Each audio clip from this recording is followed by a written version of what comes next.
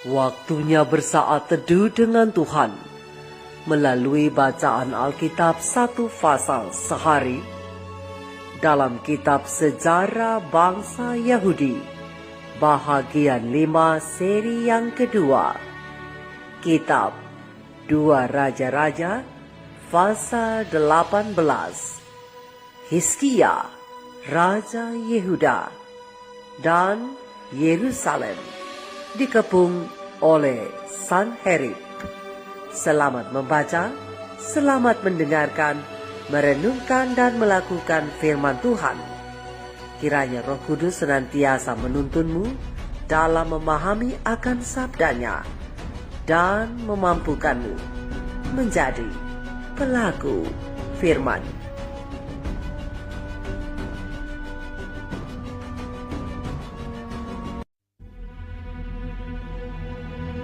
Maka dalam tahun ketiga, zaman Hosea bin Ela, Raja Israel, Hizkia, anak Ahaz, Raja Yehuda, menjadi raja.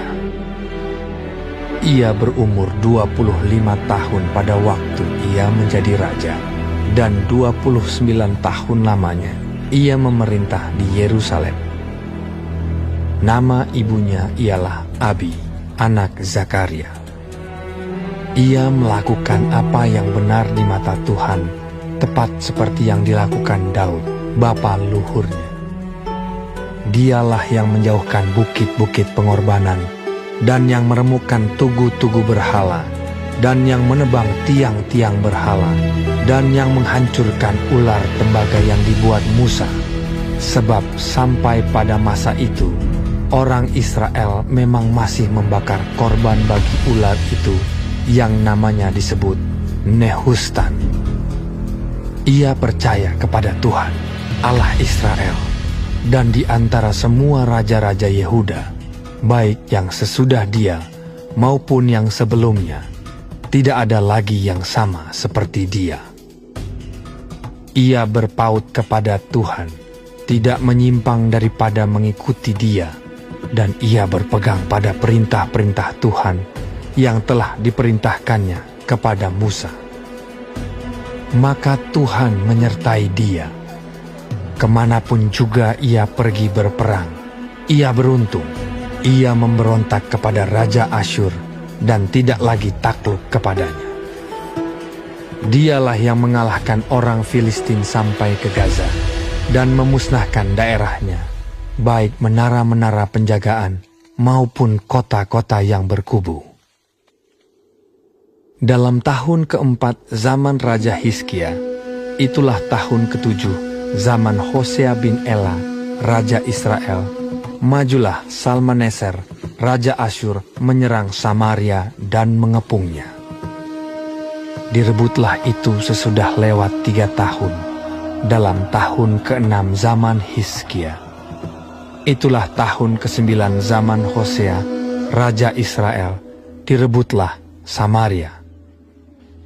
Raja Asyur mengangkut orang Israel ke dalam pembuangan ke Asyur dan menempatkan mereka di Halah pada sungai Habor, yakni sungai negeri Gozan, dan di kota-kota orang Madai.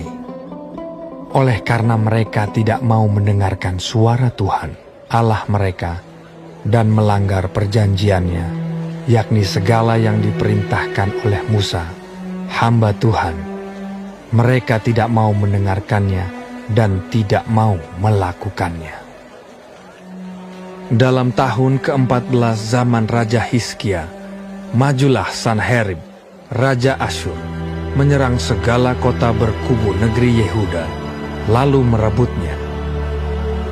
Hizkia Raja Yehuda mengutus orang kepada Raja Asyur di Lakis dengan pesan, "Aku telah berbuat dosa, undurlah daripadaku. Apapun yang kau bebankan kepadaku akan kupikul." Kemudian Raja Asyur membebankan kepada Hizkia, Raja Yehuda, 300 talenta perak dan 30 talenta emas. Hizkia memberikan segala perak yang terdapat dalam rumah Tuhan dan dalam perbendaharaan istana raja.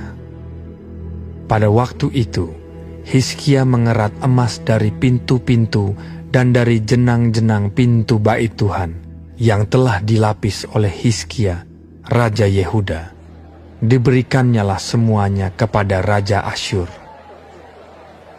Sesudah itu, Raja Asyur mengirim panglima, kepala istana dan juru minuman agung dari Lakhis kepada Raja Hizkia di Yerusalem, disertai suatu tentara yang besar. Mereka maju dan sampai ke Yerusalem. Setelah mereka maju dan sampai di situ, mereka mengambil tempat dekat saluran kolam atas yang di jalan raja pada padang tukang penatur.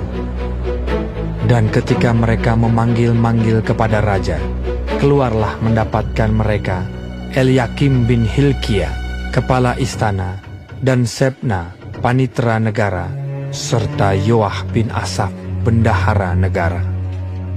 Lalu berkatalah juru minuman agung kepada mereka, "Baiklah, katakan kepada Hizkia, beginilah kata Raja Agung, Raja Asyur. Kepercayaan macam apakah yang kau pegang ini? Kau kira bahwa hanya ucapan bibir saja dapat merupakan siasat dan kekuatan untuk perang?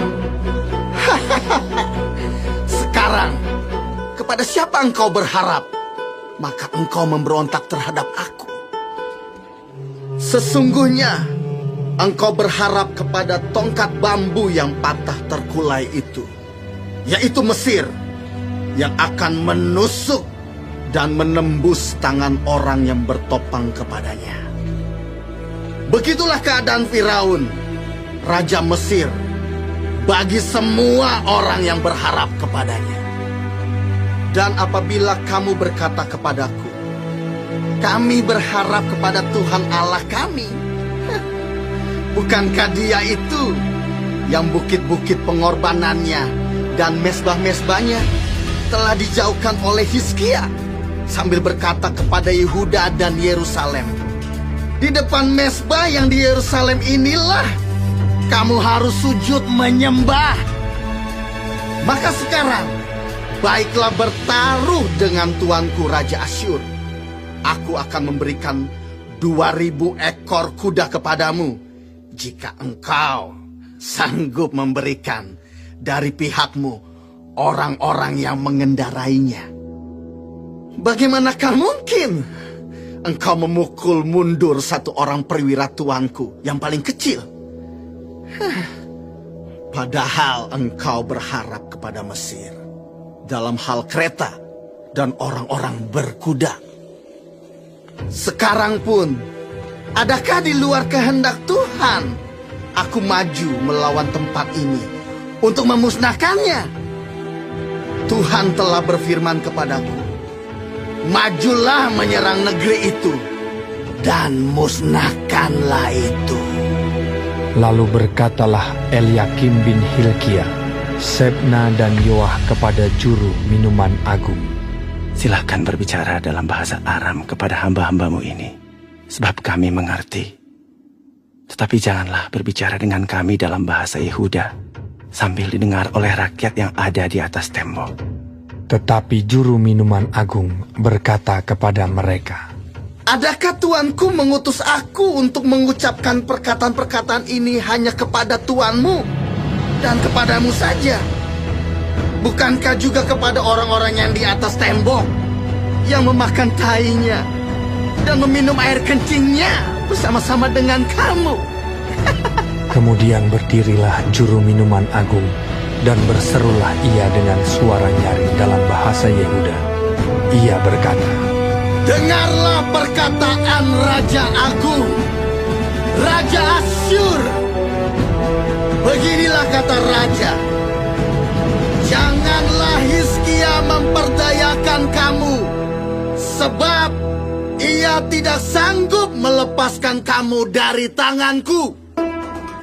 Janganlah Hizkia mengajak kamu berharap kepada Tuhan dengan mengatakan, tentulah Tuhan akan melepaskan kita, dan kota ini tidak akan diserahkan ke dalam tangan Raja Asyur. Janganlah dengarkan Hizkia, sebab beginilah kata Raja Asyur, adakanlah perjanjian penyerahan dengan aku, dan datanglah keluar kepadaku. Maka setiap orang daripadamu akan makan dari pohon anggurnya dan dari pohon aranya, serta minum dari sumurnya, sampai aku datang dan membawa kamu ke suatu negeri seperti negerimu ini. Suatu negeri yang bergandum dan berair anggur. Suatu negeri yang berroti dan berkebun anggur. Suatu negeri yang berpohon zaitun, berminyak dan bermadu. Dengan demikian, kamu hidup dan tidak mati. Tetapi janganlah dengarkan Hizkia, sebab ia membujuk kamu dengan mengatakan, Tuhan akan melepaskan kita. Apakah pernah para Allah bangsa-bangsa melepaskan negerinya masing-masing dari tangan Raja Asyur? Di manakah para Allah negeri Hamat dan Arpad? Di manakah para Allah negeri Sefarwaim, Hena, dan Iwa? Apakah mereka telah melepaskan Samaria dari tanganku? Siapakah di antara semua Allah negeri-negeri yang telah melepaskan negeri mereka dari tanganku, sehingga Tuhan sanggup melepaskan Yerusalem dari tanganku? Tetapi rakyat itu berdiam diri dan tidak menjawab dia sepatah kata pun. Sebab ada perintah raja, bunyinya, Jangan kamu menjawab dia.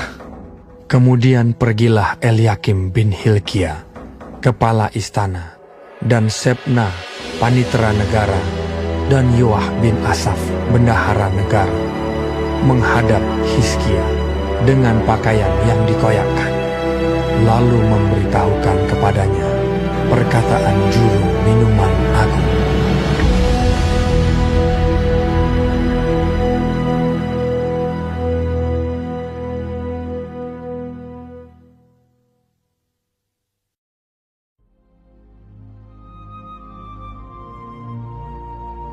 Kita telah menyelesaikan bacaan Alkitab 1 pasal sehari dalam kitab 2 Raja-Raja pasal yang ke-18. Sedikit perenungan untuk kita renungkan bersama melalui pasal ini tentang Hizkia, Raja Yehuda, bersama terang kecil pena ilham ilahi roh nubuat, para nabi dan raja, halaman 189 alinea pertama sampai halaman 190 alinea ketiga.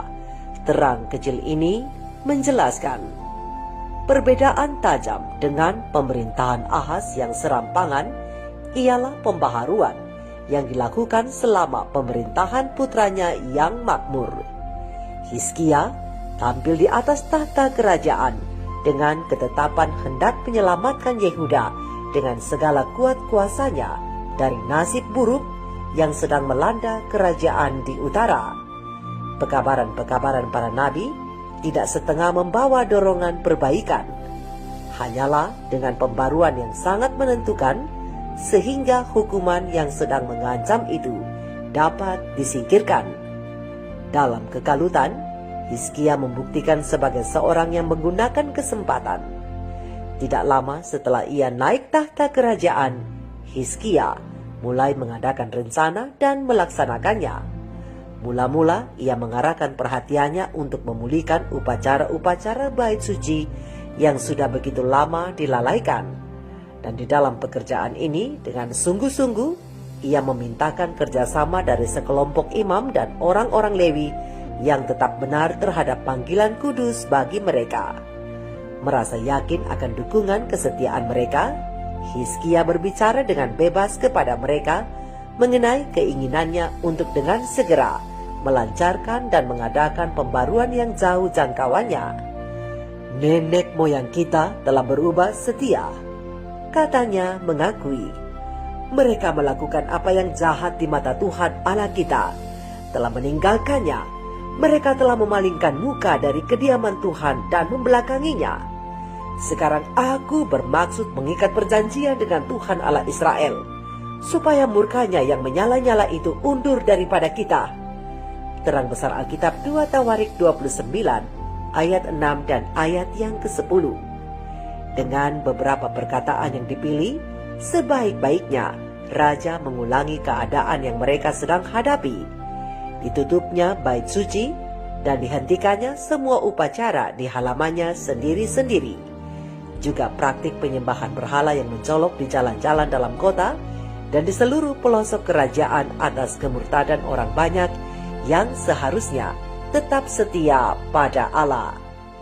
Oh, sekiranya para pemimpin di Yehuda mencanangkan di muka mereka teladan yang benar, dan kemerosotan kerajaan serta kerugian prestasi dalam perkiraan bangsa-bangsa di sekeliling. Kerajaan di utara dengan cepat hancur berkeping-keping. Banyak yang tewas oleh pedang. Serombongan besar orang banyak telah dibawa dengan tertawan. Segera Israel akan jatuh seluruhnya ke tangan bangsa Asyur dan hancur sama sekali.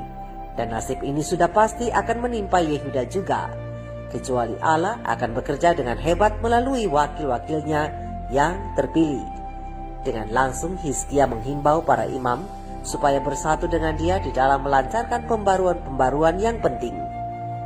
Sekarang janganlah lengah, katanya mendesak mereka, karena kamu telah dipilih Tuhan untuk berdiri di hadapannya, untuk melayani dia, untuk menyelenggarakan kebaktian dan membakar korban baginya. Sekarang kuduskanlah dirimu dan kuduskanlah rumah Tuhan Allah nenek moyangmu. Terang besar Alkitab 2 Tawarik 29 ayat 11 dan ayatnya yang kelima. Inilah saatnya untuk bertindak cepat. Para imam mulai dengan serentak menambahkan nama orang-orang lain dalam jumlah mereka, yaitu yang tidak hadir pada rapat besar itu, supaya bekerja sama. Mereka melibatkan diri dengan segenap hati dalam pekerjaan membersihkan dan menguduskan bait suci. Oleh sebab bertahun-tahun tidak terpelihara dan dilalaikan, maka pekerjaan ini menghadapi banyak kesulitan. Tetapi para imam dan orang-orang Lewi bekerja dengan tidak mengenal lelah, dan dalam waktu singkat yang luar biasa, mereka dapat melaporkan tugas mereka sudah selesai. Pintu-pintu bait suci sudah diperbaiki dan dibuka. Bejana-bejana suci sudah dikumpulkan kembali dan ditaruh di tempatnya, dan semuanya sudah dalam keadaan siap untuk memulai kembali upacara-upacara bait suci. Dalam upacara yang pertama kali dilakukan para pembesar di kota bersatu dengan Raja Hizkia dan dengan para imam serta orang-orang Lewi dalam mencari pengampunan atas dosa-dosa bangsa itu. Di atas mezbah telah ditempatkan persembahan karena dosa untuk mengadakan pendamaian bagi seluruh Israel. Sehabis korban bakaran dipersembahkan, raja dan semua orang yang hadir bersama-sama dia berlutut dan sujud menyembah. Sekali lagi halaman bait suci bergema dengan kata-kata syukur dan pujian. Nyanyian Daud dan Asaf dinyanyikan dengan gembira ketika para penyembah menyadari bahwa mereka sedang dilepaskan dari perhambaan dosa dan kemurtadan. Hizkia dan seluruh rakyat bersukacita akan apa yang telah ditetapkan Allah bagi bangsa itu, karena hal itu terjadi dengan tidak disangka-sangka. Terang besar Alkitab 2 Tawarik 29 ayat 24, 29 dan 26. Sesungguhnya Allah telah mempersiapkan hati para pemimpin orang-orang Yehuda untuk memimpin suatu pergerakan pembaruan yang menentukan supaya air pasang kemurtadan dapat menjadi surut. Melalui para nabinya, ia telah menyampaikan pekabaran demi pekabaran dengan sangat mendesak, yaitu pekabaran yang diremehkan dan ditolak oleh 10 suku kerajaan Israel, yang kini telah diberikan kepada musuh. Tetapi di Yehuda terdapat orang-orang baik yang tersisa, dan kepada orang-orang inilah para nabi dengan terus mengadakan himbauan. Dengarkan desakan Yesaya. Bertobatlah, hai orang Israel, kepada dia yang sudah kamu tinggalkan jauh-jauh. Terang besar Alkitab Yesaya 31 ayat 6. Dengarkan juga Mika yang memaklumkan dengan keyakinan. Tetapi aku ini akan menunggu-nunggu Tuhan, akan mengharapkan Allah yang menyelamatkan aku. Hai musuhku, sekalipun aku jatuh, aku akan bangun pula. Sekalipun aku duduk dalam gelap, Tuhan akan menjadi terangku. Aku akan memikul kemarahan Tuhan, sebab aku telah berdosa kepadanya, sampai Ia memperjuangkan perkaraku dan memberi keadilan kepadaku, membawa aku ke dalam terang, sehingga aku mengalami keadilannya. Terang besar Alkitab Mika 7 ayat 7 sampai 9. Pekabaran-pekabaran ini sama seperti yang lain-lainnya, menyatakan kerelaan Allah untuk mengampuni dan menerima mereka yang kembali kepadanya dengan sepenuh hatinya, telah membawa pengharapan kepada banyak jiwa yang letih lesu, dan pada tahun-tahun yang gelap ketika pintu-pintu bait suci tinggal tertutup. Dan sekarang ketika para pemimpin mulai mengadakan satu pembaruan, satu rombongan orang banyak yang menjadi tobat oleh sebab perhambaan dosa, siap sedia untuk menyambut pembaruan itu. Saudara dan saudariku, seorang yang tidak mengalami kebangunan rohani akan selalu tunduk pada keinginan daging. Dan orang yang selalu tunduk pada keinginan daging tidak mungkin dikuduskan. Kekudusan menjadi hal penting yang menentukan hubungan kita dengan Yesus Kristus. Yesus membersihkan manusia dari dosa-dosa mereka, dan Dia yang membersihkan serta mereka yang dibersihkan itu sama-sama mempunyai satu Bapa. Itulah sebabnya Yesus tidak malu mengaku mereka itu sebagai saudara-saudaranya. Terang besar Alkitab Ibrani 2 ayat 11. Kekudusan adalah faktor penting yang mengikat Anda dan saya dengan Kristus. Orang Kristen yang hidupnya tidak kudus berarti tidak terhitung sebagai anak Allah dan saudara dari Yesus Kristus. Berdasarkan pemahaman ini, berkenaan dengan kebangunan rohani serta pribadi maupun jemaat, maka tujuan utamanya ialah pengudusan. Dalam kebangunan rohani yang paling penting adalah hasil nyata, dan dalam hal ini adalah kehidupan yang lebih suci. Kehidupan rohani yang telah disucikan akan terlihat pengaruhnya pada kehidupan jasmani kita. Kebangunan baru adalah sebuah proses yang terus-menerus. Setiap hari Tuhan kita mengundang kita ke dalam sukacita hadirat-Nya. Kebangunan rohani sejati menuntun kepada satu perubahan dalam pola pikir, kebiasaan, dan gaya hidup. Itulah yang kita sebut reformasi atau pembaharuan rohani. Pena ilham ilahi roh nubuat, hidup yang terbaik, kebangunan baru, hati baru. Mari kita renungkan ini bersama. Tuhan Yesus memberkati. Shalom.